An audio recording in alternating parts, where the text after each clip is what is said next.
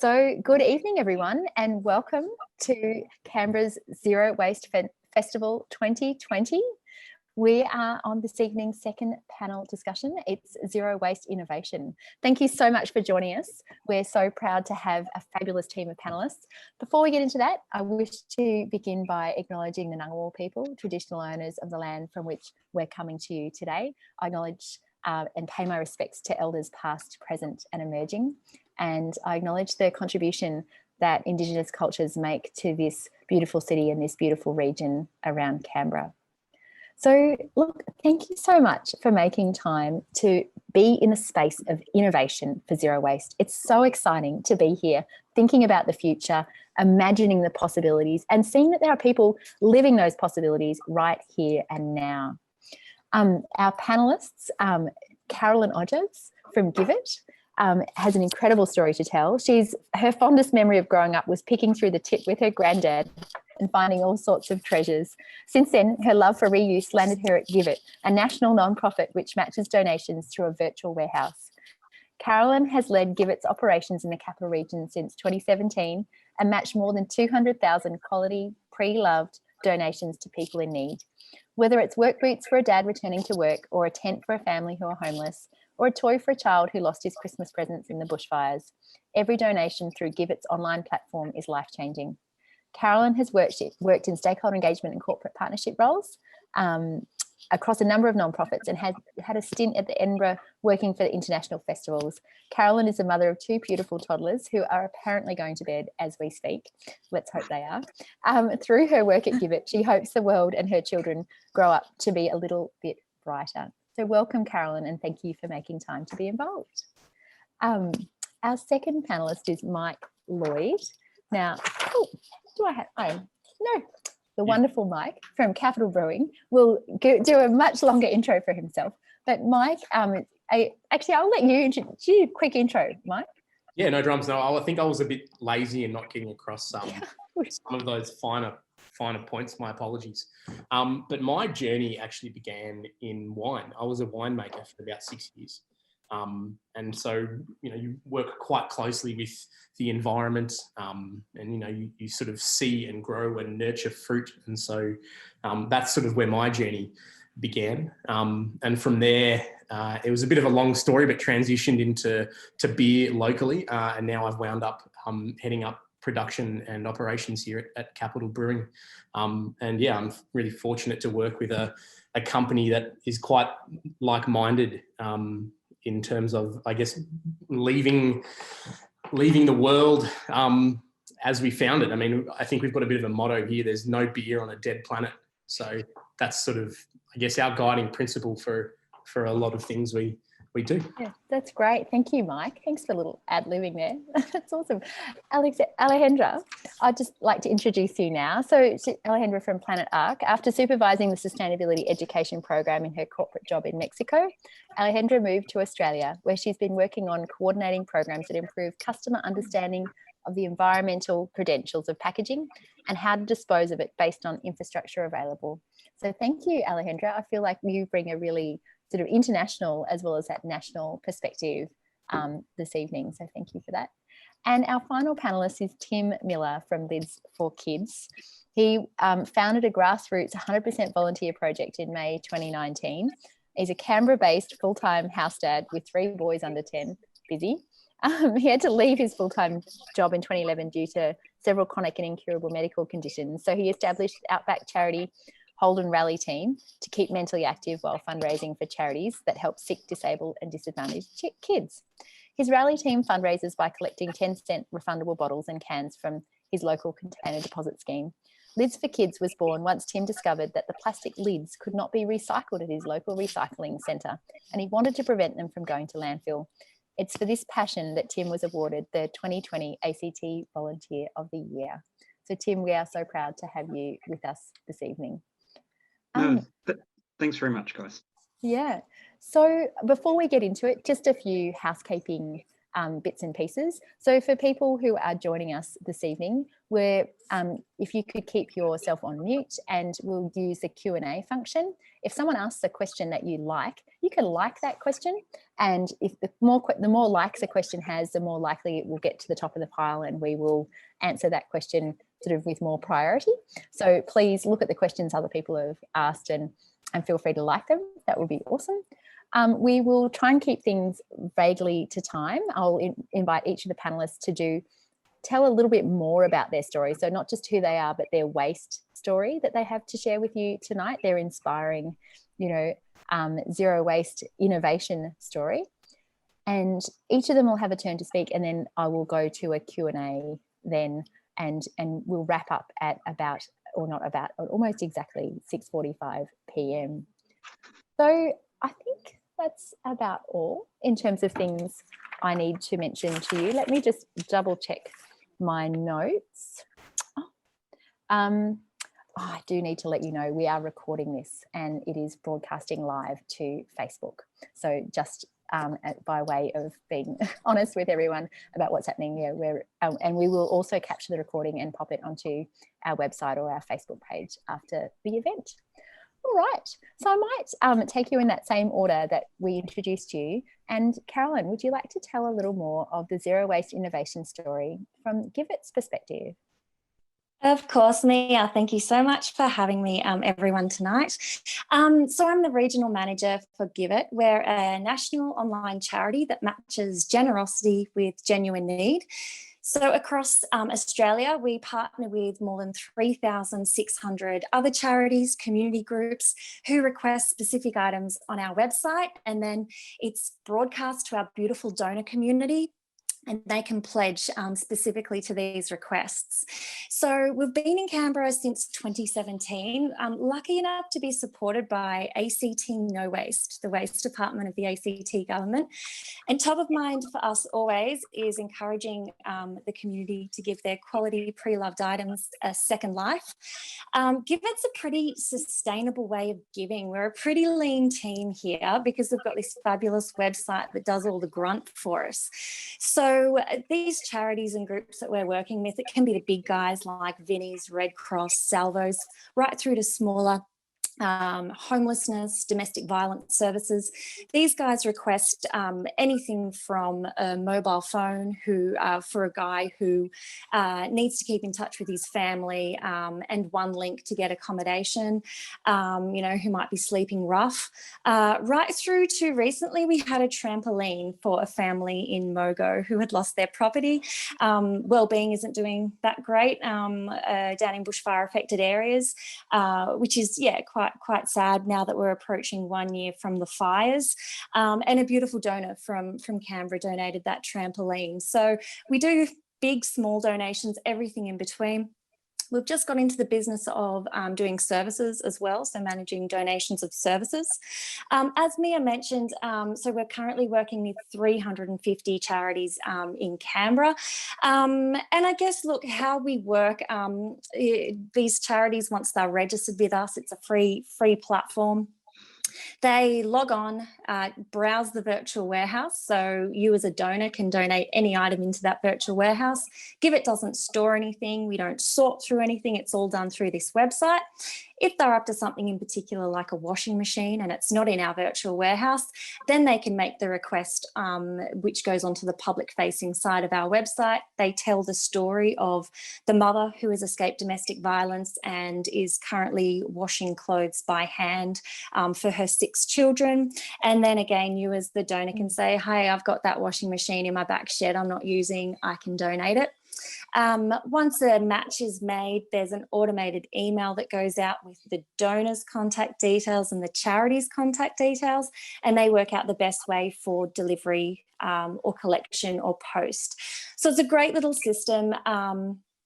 And yeah, look, I really do encourage you, especially coming into holiday season where we tend to be at home and doing a bit of a clean out. Please head to giveit.org.au, see what's needed, or yeah, list it all in the virtual warehouse. We'll make a match for you. That's great, Caroline. So how exciting. So tell me, so if I've got something that's really high quality and I think a charity might want it, what was that? What do I do again? So say I've got a whippersnipper in my shed that I'm not using, just for example, because I might. That's actually a really good example. We're after dozens of whippersnippers on the south coast as people are clearing their blocks. So with all this rain coming, so they've got fire damaged properties, rain coming, grasses getting out of control. So whippersnippers are a great thing.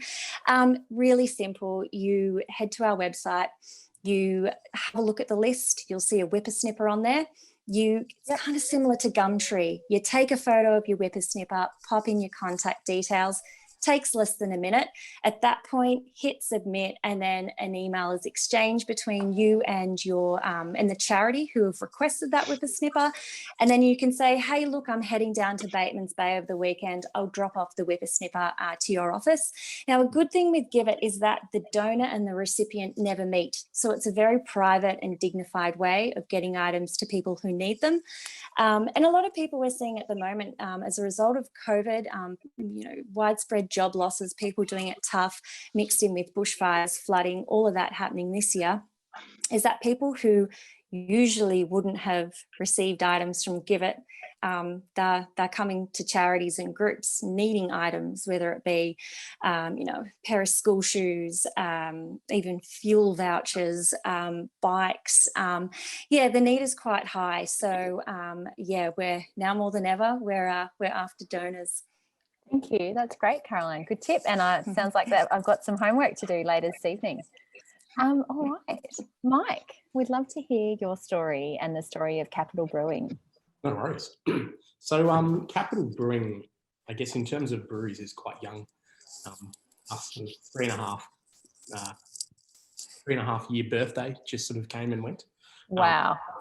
And we started with a very small team and now employing sort of more than 70 people locally, and a few interstate as well.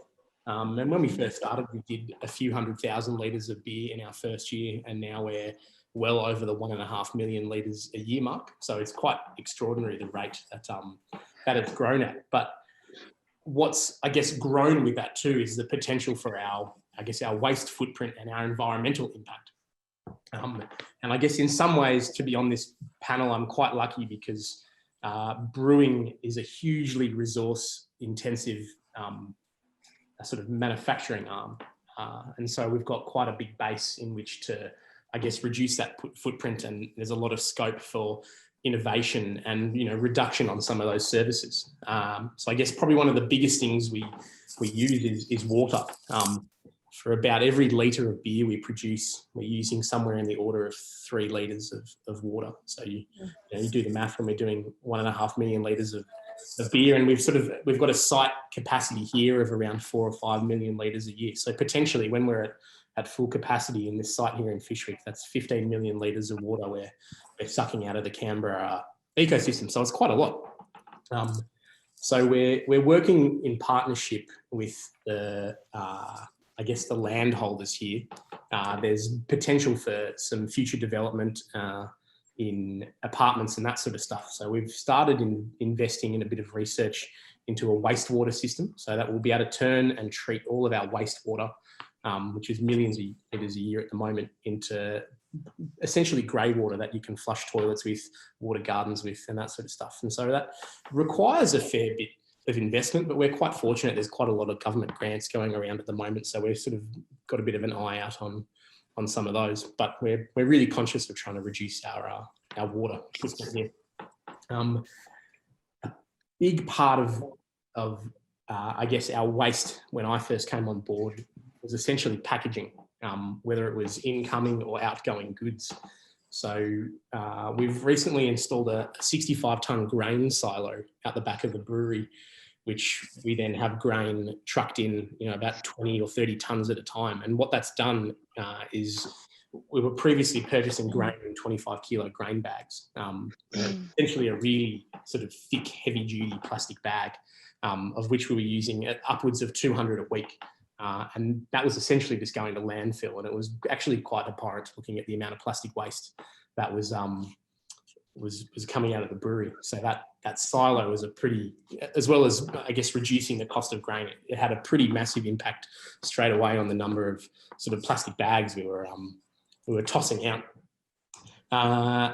we've recently switched over to biodegradable plastic wrap or pallet wrap. You see most sort of freight units that go in and out and around the country are all just coated in plastic wrap, and that stuff is terrible for the environment. So we're prepared to take the hit on paying a bit more for some of these things. But and as I said earlier, there's no beer on a dead planet, and so it sort of makes sense that we can take these little steps and are able to invest in these other little, sort of innovations and tweaks to sort of reduce that impact.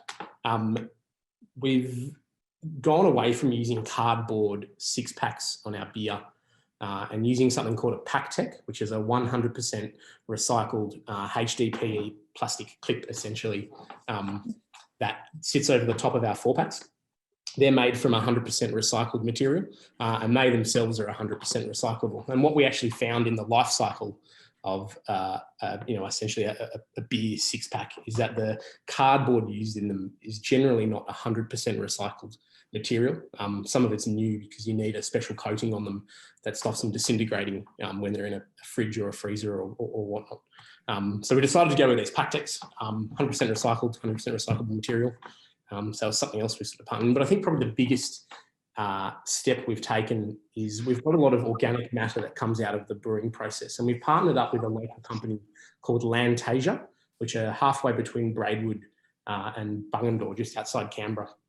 And they're taking all essentially our spent brewing grain, feeding it to cattle, but also about 5,000 to 7,000 litres a week of hop and yeast trub that comes out of the bottom of the fermenters of every batch of beer. And they're mixing that in and using it in their organic compost they produce. And what I think is really exciting about that is that we're turning one of our waste products into a nutrient and food source for local farmers who then grow something in that. And I can rock up to the markets on the weekend and buy some fruit or a vegetable that's then been grown in the compost where our waste has come from. So it's kind of like this full circle journey, and it's been really exciting watching that program flourish with Lantasia. So. Awesome. That's fantastic, Mike. That's an incredible story. And just because we've got someone asking a question actually specifically for you, I've got a question here about I buy a lot of beer. I worry about the extraordinary amount of resources used to produce and deliver the stubbies that I buy. Stubbies, what state of Australia says stubbies? I'm not sure. Who says stubbies? Is that everyone? Well, firstly, I would encourage you to not buy stubbies anymore and buy cans of beer. That's it. I was just going to say, we don't have to say, yeah. But anyway, instead of can or smaller packaged beers, someone's just answered Queensland. Thank you, Jeff, for answering that. I'm a Queenslander, originally. That's why it was sounding very familiar. Couldn't we instead buy kegs, maybe in cooperation with neighbours? So what's your perspective on kegs? We've got lots of customers that have, beer taps set up in their house. And whilst that's not practical and easy to do for everyone, there are quite a few customers that come and buy kegs for us. But what I can speak to, I guess, in regards to stubbies or glass bottles, they're far less inefficient than a can is. So a can weighs, I think, 12 grams, whereas an empty glass bottle is still 100 or 200 grams. And so if you just look at the shipping costs alone of shipping glass bottles around Australia, its footprint is massive compared to a can. So if I could get out there and encourage everyone just to change one thing, it would be going from drinking out of glass stubbies into to using cans. Beautiful. Thank you, Mike. That's wonderful. And thank you so much for sharing that story. Just totally inspiring and really incredible to see, Canberra business really integrating sustainability across every aspect of what you do. Thank you. Alejandra, can I go to you now to tell your story and the story of Planet Ark? Yeah, absolutely. And just to build on the cans, also, yes, buy cans, not glass bottles, because cans have a lot more value at the end once you want to sell them as a recycler. So that's always good. I am the recycling label program manager at Planet Ark. I manage the consumer education campaign for the Australasian recycling label. And what this label does is, I mean, I guess what we're really trying to do is to standardize all recycling labels on packaging so that, well, hopefully in the future, every single piece of packaging will have the same label that will tell you what to do with each component. So that consumers know exactly what to do with the jar, with the lid, with the wrapper, with everything. And the difference between this label and any other labels out there is that it is evidence-based. So every single piece of packaging that has this label has been assessed. And what this assessment does, it simulates how that particular piece of packaging behaves in the recycling ecosystem. So from the moment that you put it in the bin, then it's going to get picked up by the truck, probably compressed a little bit, and then how it's going to get sorted at the sorting facilities. And finally, how it's going to behave on each of the recycled markets. So whether that goes into the paper mills or into the plastics processing facility and so on. But we know that that is not enough, especially in Australia, because each council accepts different things. So we also map that up with the amount of the population who can recycle that item through their council service. So let's say if more than 80% of the population can recycle something, and provided that is also technically recyclable, then the label will tell you that it is recyclable. If it is between 60 and 80%, it will tell you to check with your local council, and below the 60% threshold, it won't be redeemed as a recyclable item. Because I guess everything is technically recyclable somewhere, somehow, but it really comes down to the recycling infrastructure and the end markets that we have for that particular material. So that's what I do. I work very closely with the Australian Packaging Covenant organization. They're the ones leading the program. And we as Planet Arc, I guess we're in charge to spread the word and try to get as many Australians as possible to check for the label before they chuck it in the bin. Beautiful, great message. Check the label. Alejandra, I'm interested, just a supplementary question for you on, do you see the desire for change coming from consumers or producers or both?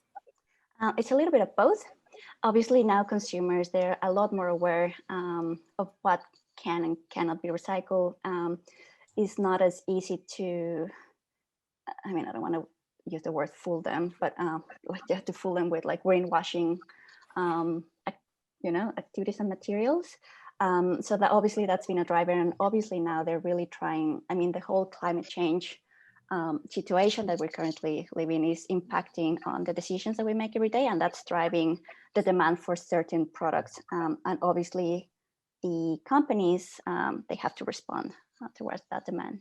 Beautiful, that's great. Thank you, Alejandra.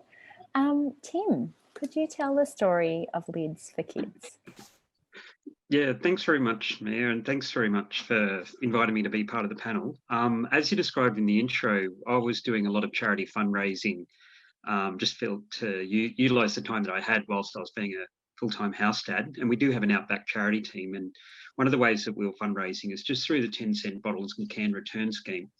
And we'd collected about a wheelie bin full of plastic bottle lids. So when I contacted the local government, went out to the recycling centre to find out where I could drop the lids off, I was told that, they couldn't actually be recycled, and that within the next 3 weeks, the ACT government was going to start an advertising campaign where they were going to inform all consumers and I guess residents in Canberra that any piece of plastic or any item smaller than a credit card couldn't actually be recycled anymore. And obviously I was pretty devastated by that. I was one of these, I guess, do-gooder kids that always used to pick up rubbish to and from school, and every time we've been hiking or camping, always picked up rubbish. And in particular, when our kids were born, we bought a camper van and went around Australia for 6 months. But 6 years later, we were still doing laps of Australia and spending most of our time in the outback. And everywhere you camp, you could pull up on the side of the road in a truck stop or down by a river or on a beach in a national park or even in a desert. You're always going to find the same 4 items, which is cigarette butts, plastic lids, metal stubby lids, and some of those ring pulls. So we used to collect that anyway. So when we found out they couldn't be recycled, just like a completely techophobe idiot dad dork, I put a post on Facebook saying, look, I'm willing to rescue these lids here in Canberra. I put a bucket next to our Aranda Street Library. And we tracked down a precious plastics-based group down in Melbourne that was recycling these lids. And I asked them how many they'd like for the project they had, because at the time they were having a crack at making mobility aids, hands for kids that were born without a limb, or for kids that had, through whatever reason, illness or accident, had lost a hand. And they had a target of rescuing, I think they wanted to collect about 250,000 lids. So I had an ambitious target to collect that by the end of the year. But once the post went viral, it went viral in the first 48 hours, and we ended up getting those 250 lids in the first 3 weeks.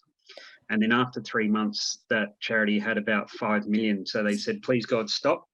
But by then the genie was out of the bottle. It had gone nationwide, international even. And we had over 25,000 volunteers collecting and rescuing these plastic bottle tops in towns all over Australia. So I must admit, when I left the public service, the first thing I did was donated my suits, donated my laptop, went off the grid. I didn't think I'd ever have to use a computer ever again.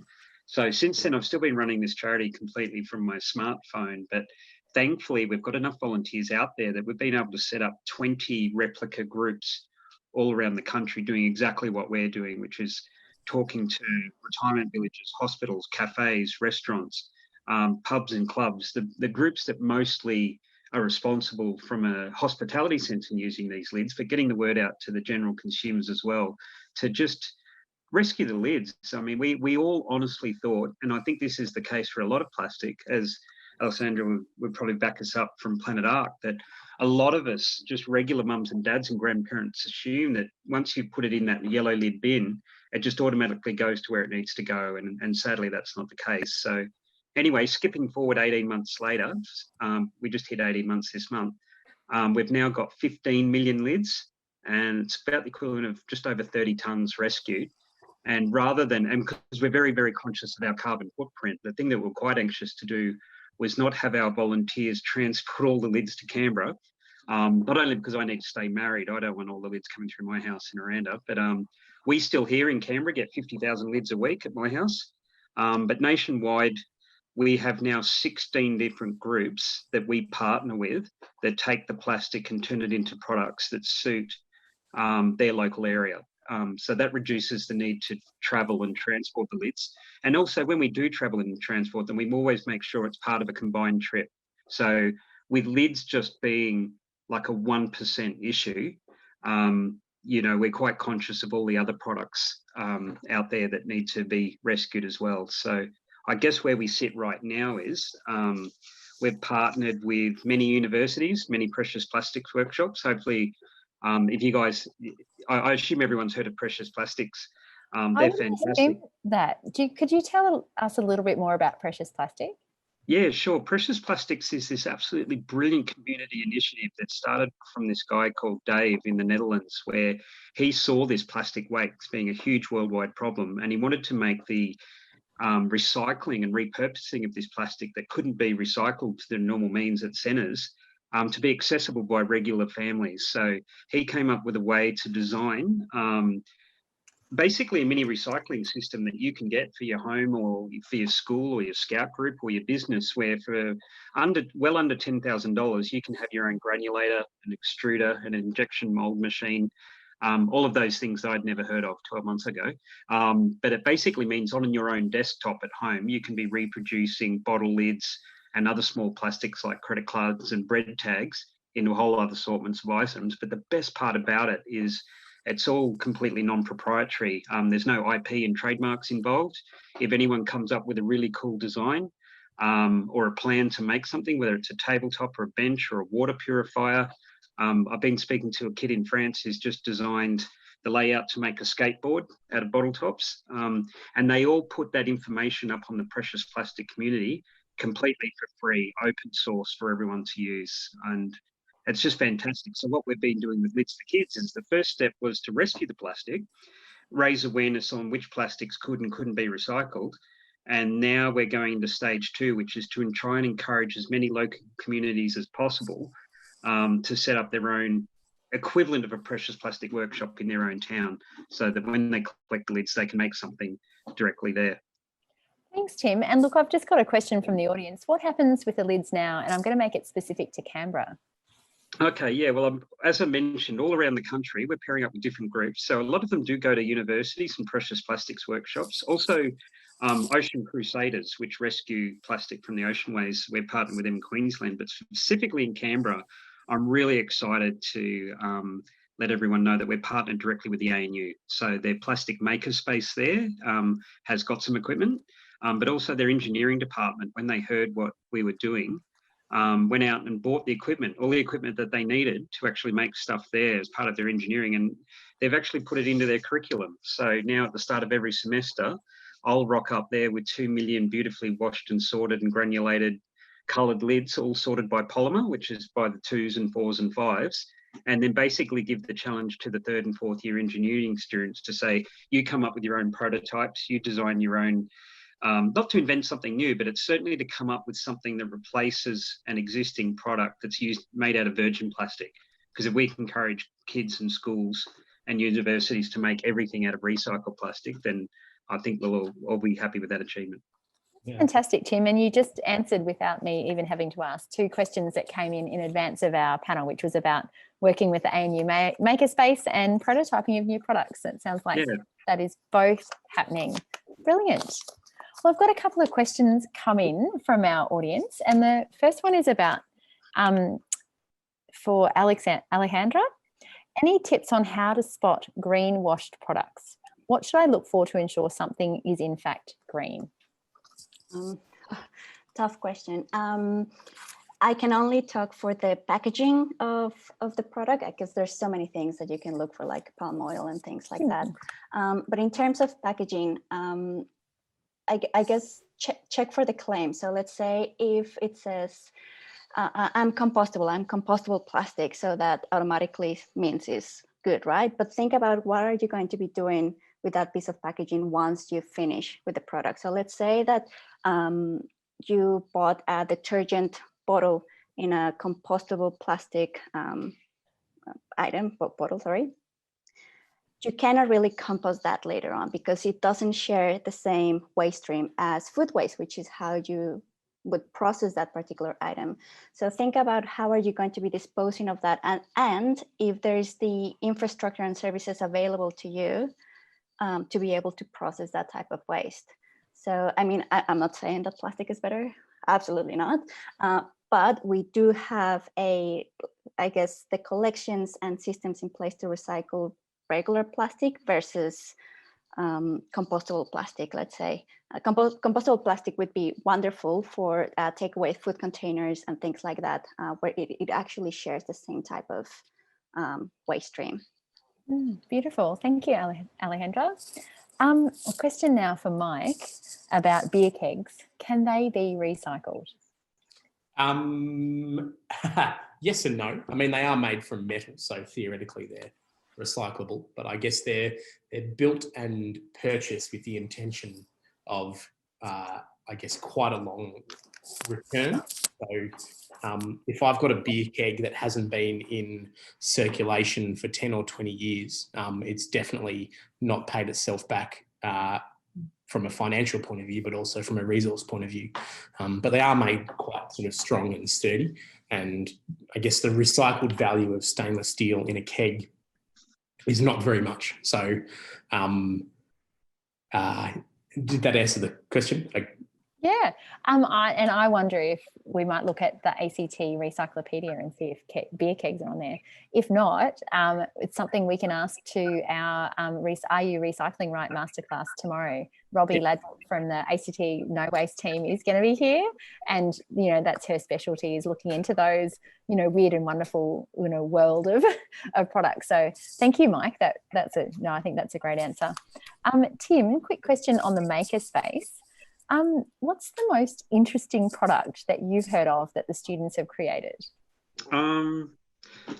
Well, at the moment, they're still in the prototype phase, but I'd say because we've been able to see a lot of the products coming in from students and scouts from all over the country, some of the coolest stuff we've seen is probably more from the lids that can't be used. So we collect number 2 and number 4, which is all your milk bottle, water bottle, and soft drink bottle lids. And just to reassure everyone, with all the fruit juice and cordial bottle lids that come with a non-removable rubber insert, they go off and go to a lot of daycares and kindies and primary schools to get reused as art and craft. And then after they've had that second life as art and craft, we send them interstate. I'd love to keep them here in Canberra, but they go interstate to get turned into murals. But pop top lids are really quite difficult because they're made out of two different types of plastic. And we've got this cub leader called Tim Kersop here in Canberra, actually Belco based. And he works with his students at school and the cub leaders to turn these pop top lids. He can actually reprocess them at home using a simple toasted sandwich maker. So he gets one of those ones that's not the waffle type that's got all the ridges in it, but a flat one. And he flattens it out into an A4 sheet, and he's turning them into iPad holders and iPhone holders and key rings and things. But the coolest thing I've seen him do is actually make woggles for the scarves of scouts. So if you can imagine, there's tens of thousands of scouts and venturers and girl guides out there that can use those. But what he started making out of a lot of the lids that we can't use and we can't recycle is that he started making a replacement and an alternative to those terrible Ushy things or those little plastic toys that come out of Woolworths and Coles. He's repurposing all of these lids that can't be recycled into mini outdoor equipment stuff, so he can make them into mini campfires and mini backpacks and mini tents, and turning them into little collectibles for the scout sort of community as the alternative. But one of the things, I guess that's a lot of cool stuff, but we are in the most part aiming to make stuff that's not single use again, that it is fairly sustainable. And one of the projects that the PlasLink guys, so PlasLink, ACT, is the engineering team out of ANU that works at the makerspace there, have called themselves. And I was originally introduced to them through the Engineers Without Borders part of their engineering group. And the thing that they're most excited about making is and I don't want to put them on the spot because I know they haven't done it yet, but they want to make a water purifier out of the plastic that can come out about the size of a shoebox and can be sent to countries where their water sanitation and water cleanliness and drinkability isn't that great. And so they're the countries that have to buy bottled water by the millions. So if they can send these water purifiers to these countries made out of our recycled plastic, that then reduces the demand for the plastic water bottles in those countries. It's a double win. So no pressure to those guys, if any of them are listening, but in our first meeting, that was one of the ideas they came up with. Oh, that's fantastic and just really inspiring, which is absolutely what this panel discussion was about, to really look at how we push the edges and go that extra mile to create that circular economy, you know. And I think all of you are really giving some really fabulous innovative ideas about how we can do that as a society. My next question is for Mike again, and it's from our audience. Mike, as a business owner, I would like to make the shift to a more sustainable packaging / production. This person asks, did Capital Brewing maintain profitability through the transition process, and how long did it take? Yeah, right. So I guess there's two parts to that question. One is, I guess, centered around cost and profitability.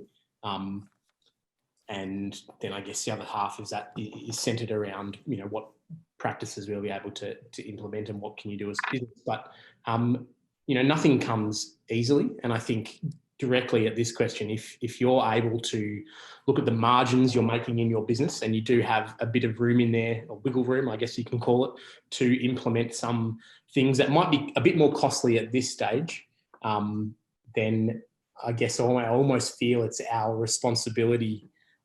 You know, if we can work that in and make slightly less margin, then absolutely go for it. But as the entirety of the world and Canberra and Australia adopts more of these principles or packaging materials or equipment, you know, it's a supply and demand equation. As more of us pick this up, the equipment, technology costs are all going to come down. So I guess we're fortunate that, you know, luckily we haven't had a price rise on any of our products in the last, or really since we opened. And so some of these costs we've absorbed. But on the other side of the coin, some of these transitions have actually increased efficiency and reduced price in a lot of things, like our grain, for instance. You know, we went from using these grain bags, which I'm just throwing out a number here, might have cost us $1.50 a kilo, where we've gone to using a silo, and that was able to eliminate all of that packaging and actually reduce costs of about 20 cents a kilo on grain. So don't think of it as a costly exercise. I'm sure if you look into it deep enough, and as I mentioned before, there's plenty of government grants around all of this as well. So if you can prove to the government through whichever, I'm not sure what business you're in directly, but there's plenty of grants out there for funding for a lot of these transition sort of things at the moment. But yeah, we've actually found that transitioning a lot of these things, we've actually ended up making a higher margin, which has offset, increased costs in other things as well. So I don't think anyone should be afraid of delving into and looking at all these sort of alternate packagings or materials or sort of ethoses. It's actually not as expensive as everyone thinks these days, considering it's such a big part of businesses. So. Beautiful. Thank you, Mike. Look, I'm conscious we've got just over 5 minutes to go, and I've got one more question from the audience that I want to make sure we put in there. But I need to just give a little plug and add from our first plastic-free living panel. We had, was it Blake on from 2 Before 10, who talked about, the cost and the timing and his advice to other business owners. He runs a series of cafes, 9, I think he was saying, was that, yes, it cost a little more in the beginning, but actually cost neutral overall for him. So that was his, different industry, different perspective. Very exciting. Caroline, the final question from our audience is actually for you. And it's about what items are most in demand from the community? What do you need more of? More of, we always need white goods, fridges, washing machines, tech items, laptops, mobile phones, and bikes. We had a moment last year where the bike situation was getting a bit out of hand. We were desperate to get bikes. We couldn't get enough of them. So much so we decided to start a bike library out of Margaret Hendry School in Taylor over in Gungahlin. It was about 12 months ago. I had a meeting with Northside Community Service, who are responsible for building engagement or community engagement across that new area of Gungahlin and Moncrief. And we also discovered around there that there wasn't a great deal of transport there at that time, and there was quite a few housing properties that had popped up as well. So people didn't, I guess, have the space or the means to purchase a bike or a car for that matter. So we started this bike library out of Margaret Hendry School. It was really popular to begin with. We couldn't keep up with the bike requests. So we ended up getting in touch with Action Buses. Basically, they're lost property. They get about half a dozen bikes per month. So these are people who had put their bike on the bus and then hopped off and forgotten about the bike, which I always think, did you walk 2 hours home? Anyway, we get these bikes, which is brilliant, great condition. We've also started a partnership with Suez, who have the contract to do the bulky waste collections in Tuggeranong and Gungahlin. So within the first couple of weeks of bulky waste collections, starting, I think, in August, we managed to get 100 bikes. We've managed to get some bike mechanics on board just to make sure that they're super safe. It is a free service. So the guys at Northside Community Service and CIT, they manage the actual loan process. And we do understand that some bikes might not come back as long as they've gone to a good home, not the creek. We're happy, but still always in need of bikes as well. So beautiful. Please. That's great. What a positive way. Yeah, spring cleanup. And, in need of white goods and tech stuff as well. So, yeah, beautiful. Thank you so much, Caroline. Look, we are just about at the end of this panel session. It has just been so inspiring. I've really enjoyed hearing all of your stories. You're all doing amazing stuff. I'm so proud, to have had you all on this evening's panel discussion. So Mike, Tim, Carolyn and Alejandra, thank you so much for your time. I'm sure our participants have loved it just as much as I have. Can I encourage people who have been listening, we'll have a little evaluation, a little pop-up in your screen straight after this. Please fill it in. It's just 5 questions and it will really help us to do a better job in next year's Zero Waste Festival. Hopefully it will be face-to-face next time, which would be super exciting. And also want to put a plug in for our masterclasses tomorrow. They're free to attend, and we've talked a lot about plastics and recycling, and there's one tomorrow with Robbie Ladbrook from ACT No Waste, who can tell you definitely what can be recycled and what can't in the ACT, or or where it can go for those unusual items. So putting a plug in there for those masterclasses tomorrow. But thank you so much. I'm Mia from Zero Waste Revolution. We're a little community group, just a couple of volunteers out of Canberra, and we are so proud to be supporting our Canberra community to take a step towards zero waste. Thank you so much for joining us this evening. Thank you. Guys. Bye.